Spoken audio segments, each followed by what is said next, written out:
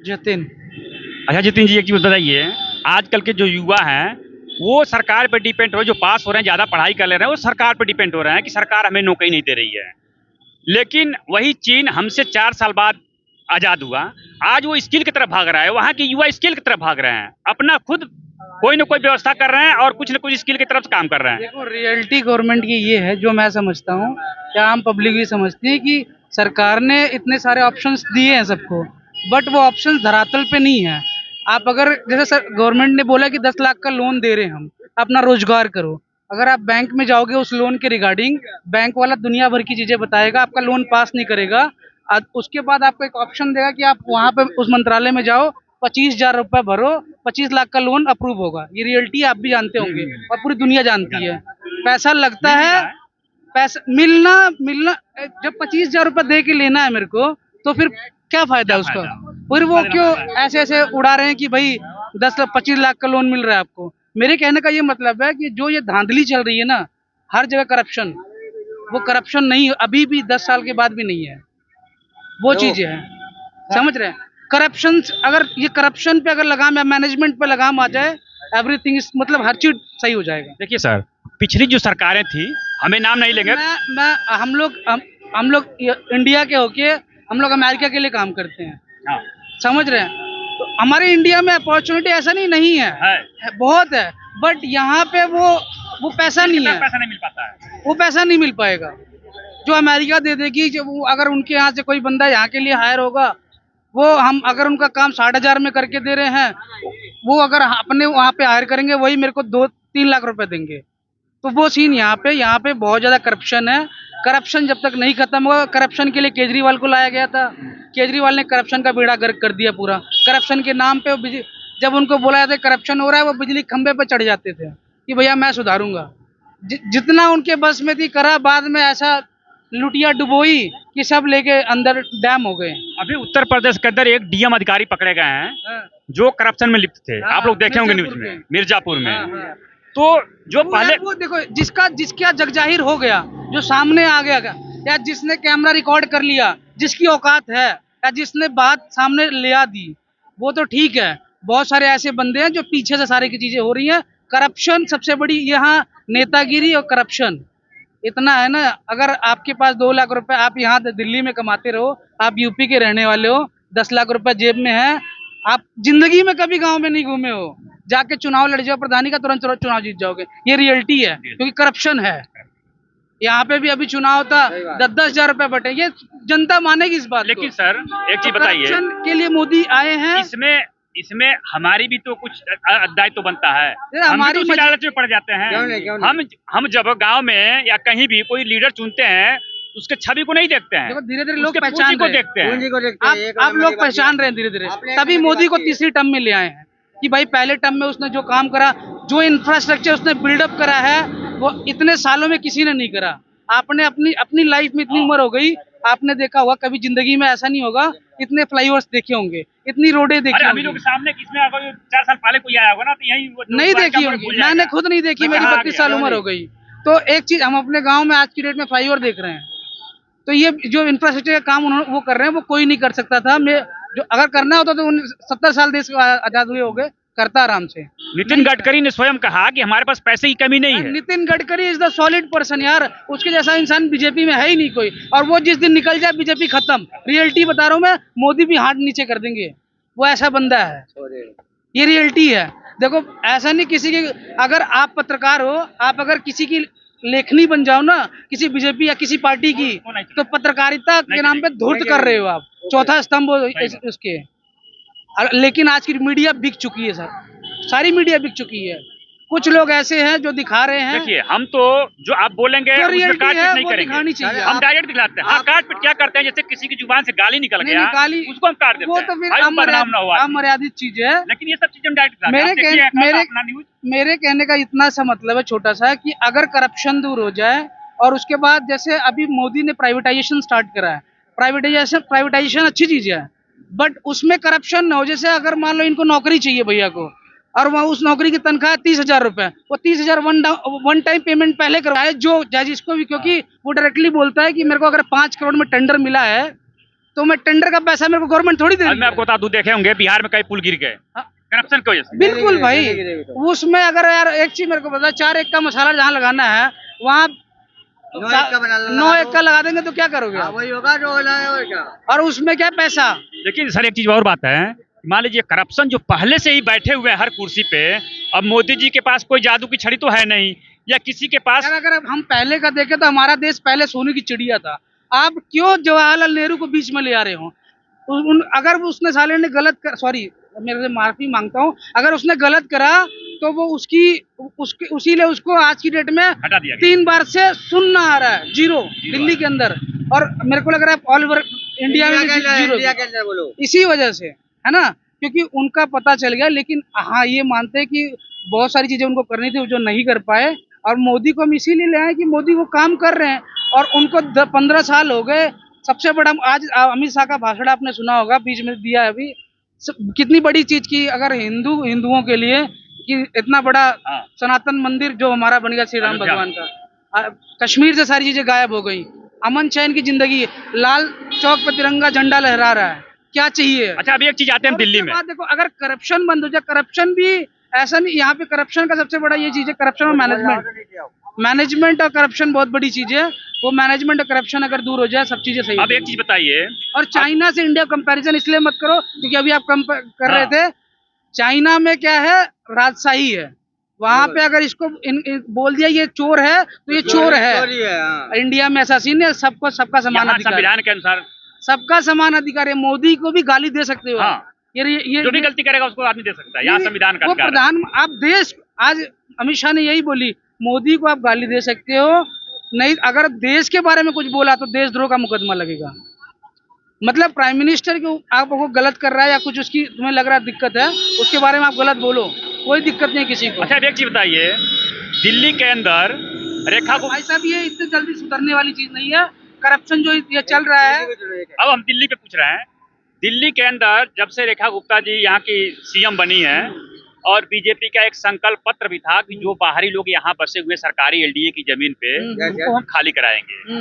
तो आज 2-3 जगह मैं देखा हूँ कि वहाँ पे कई जगह मानो दिल्ली में, जिस शाहीन बाग हो गया, नागलोई साइड हो गया, ये खान, कई जगह बुलडोजर चला है। तो क्या ये बुलडोजर चलना चाहिए या इस पे विराम रखना चाहिए? देखो चीजें अगर करप्शन की चीजें हैं तो जायज कर रही हैं, मोदी जो कर रहे हैं वो बहुत अच्छा कर रहे हैं, उसमें कोई इशू नहीं है। अगर उसने करप्शन से बनाया, किसी ने बसाया है, रोहिंग्या किसने बस गए यहाँ पे, कहाँ से? हमारे देश के हैं नागरिक। अब कोई कहता है कि भैया कोई अगर हमारे देश में प्यार से आ रहा है तो हम उसको बसा लेंगे, लेकिन एक चीज मैं आपको बता रहा हूँ, आतंकवाद केजरीवाल जी की सरकार में, अभी मैं सवेरे देखा हूँ न्यूज पे, केजरीवाल जी की सरकार में जैसे आपका घर है, आपके घर में 5 लोग हैं, लेकिन आपके घर के नंबर से 100 लोगों का ऊपर बना हुआ है, राशन कार्ड बना हुआ है, वोटर आईडी कार्ड बना हुआ है। इसकी जिम्मेदार कौन है? सरकार जिम्मेदार है ना। देखना किसको चाहिए था। अब चलो केजरीवाल ने जो गंद फैलाई उसको कम से कम ये सुधारेंगे, हम यही अपेक्षा करते हैं, यही रेखा जी से हम यही निवेदन करेंगे। जो चीजें हुई थी पहले उसका पूरा बंटाधार, पूरी फाइल खोलो, खुल तो रही है, एक एक को वो नापो, और जहाँ करप्शन हो रहा है वहाँ करप्शन होने मत दो।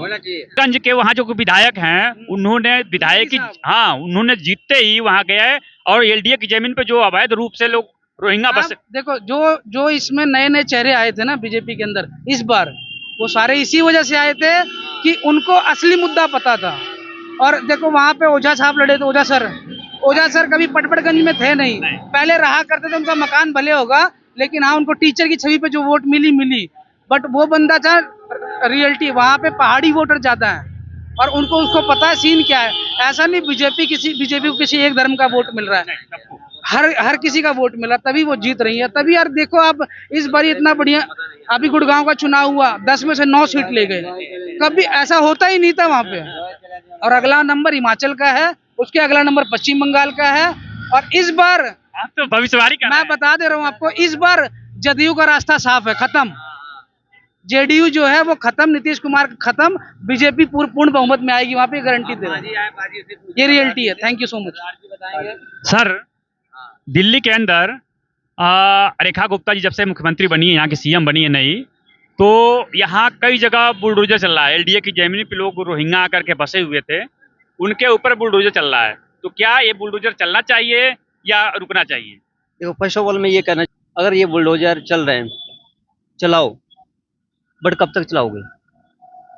किसका किसका घर तोड़ोगे? क्योंकि सर जहाँ पर जात पात की बात आती है ना, वो आज भी खत्म है, कल भी खत्म है, वो कंट्री बिल्कुल तबाह हो जाएगी। क्योंकि यहाँ इंडिया में जात पात की बात नहीं होनी चाहिए। हमें यहाँ पर सभी कास्ट के लोग रहते हैं, हमें मिलजुल के रहना चाहिए।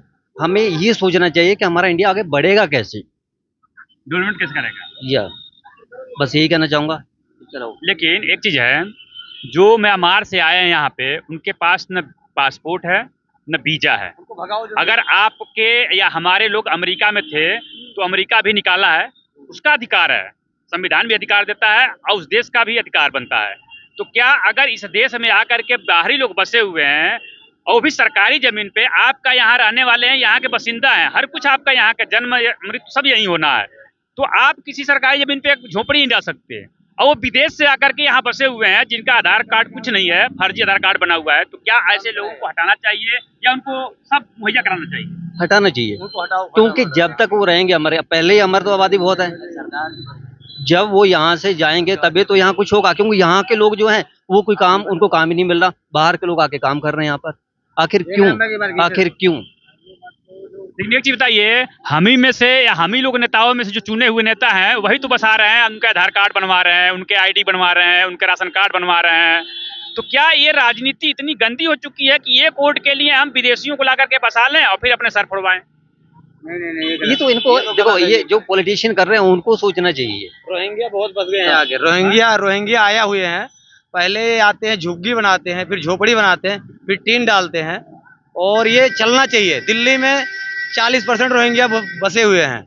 हमारे जो हिंदुस्तान के मुसलमान है वो गलत नहीं है, पर बांग्लादेशी जो मुसलमान आके वो गंद फैलाए हैं दिल्ली में। देखिए बताइए, जो हमारे देश के नेता है उसको सपोर्ट कर रहे हैं, वो तो वोट बैंक चल रही है, ये वोट बैंक ये वोट बैंक है और ये करना गलत है।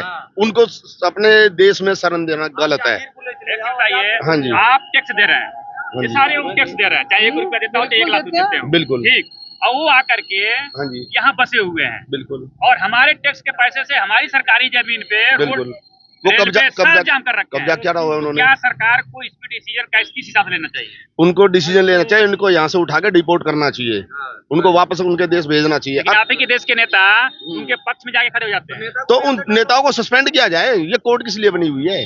कोर्ट के अंदर तो कोर्ट चाहे तो पीएम तक को सजा दे सकती है। इंदिरा गांधी तो बंद थी। वही मैं कह रहा हूँ ना, कोर्ट चाहे तो पीएम तक को सजा दे सकती है।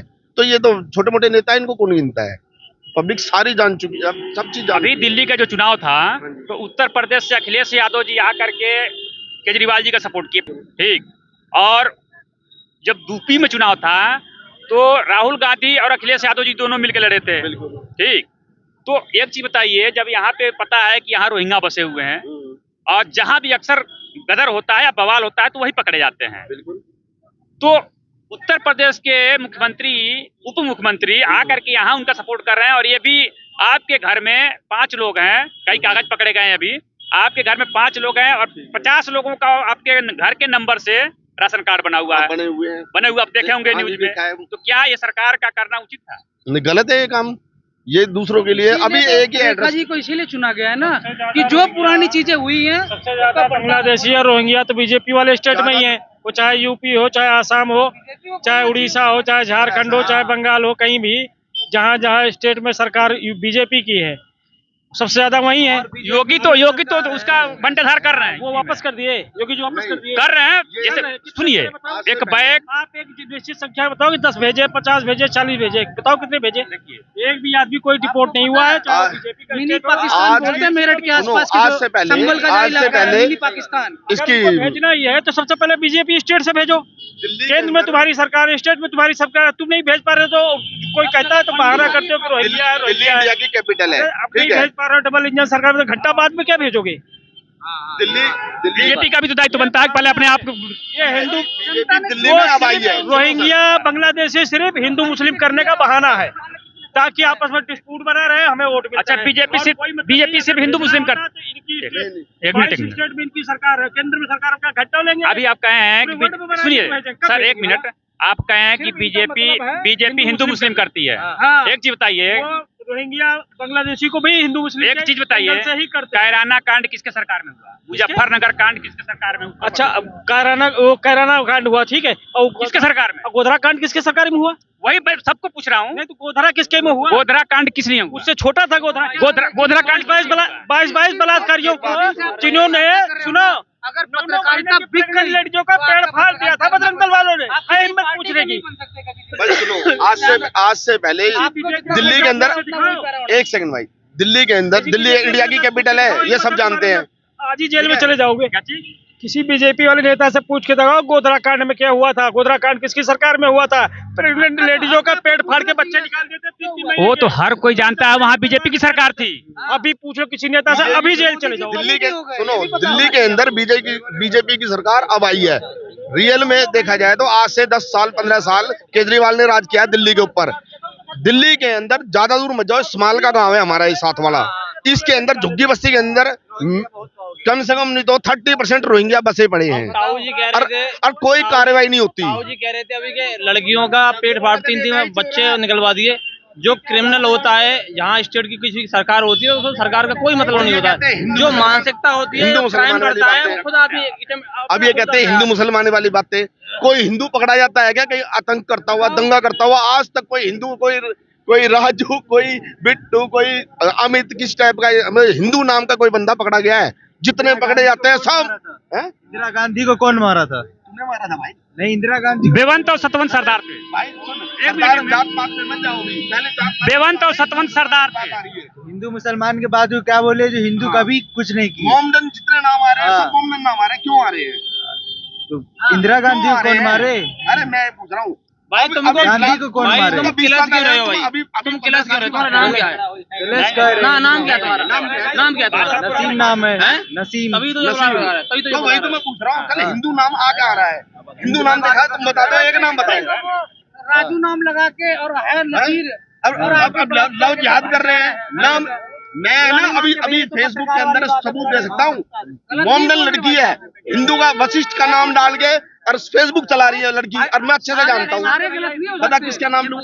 ऐसे भाई कहने वाली बातें नहीं है, लेकिन मोस्टली है ना, कुछ सारे मुसलमान, मैं नहीं कहता सारे मुसलमान खराब नहीं है, हमारे फ्रेंड सर्कल में भी मुसलमान है, हम ये नहीं कहते। मुसलमान एक नंबर है, जो बांग्लादेश के आए हुए। भाई साहब ऐसा है, कुछ लोग जो राजनीति चमका रहे हैं ना, सुनो, कुछ लोग जो राजनीति चमका रहे हैं ना, इनमें मोमडन, मैं ये नहीं कह रहा सारे मोमडन गलत है, कुछ मोमडन गलत की वजह से ना वो बाहर के मोमडन। भाई संभल का नाम सुनो, आ जाओ ना, आगे आ जाओ। आगे भाई बता, बस संभल का नाम सुनते ही भाग गए।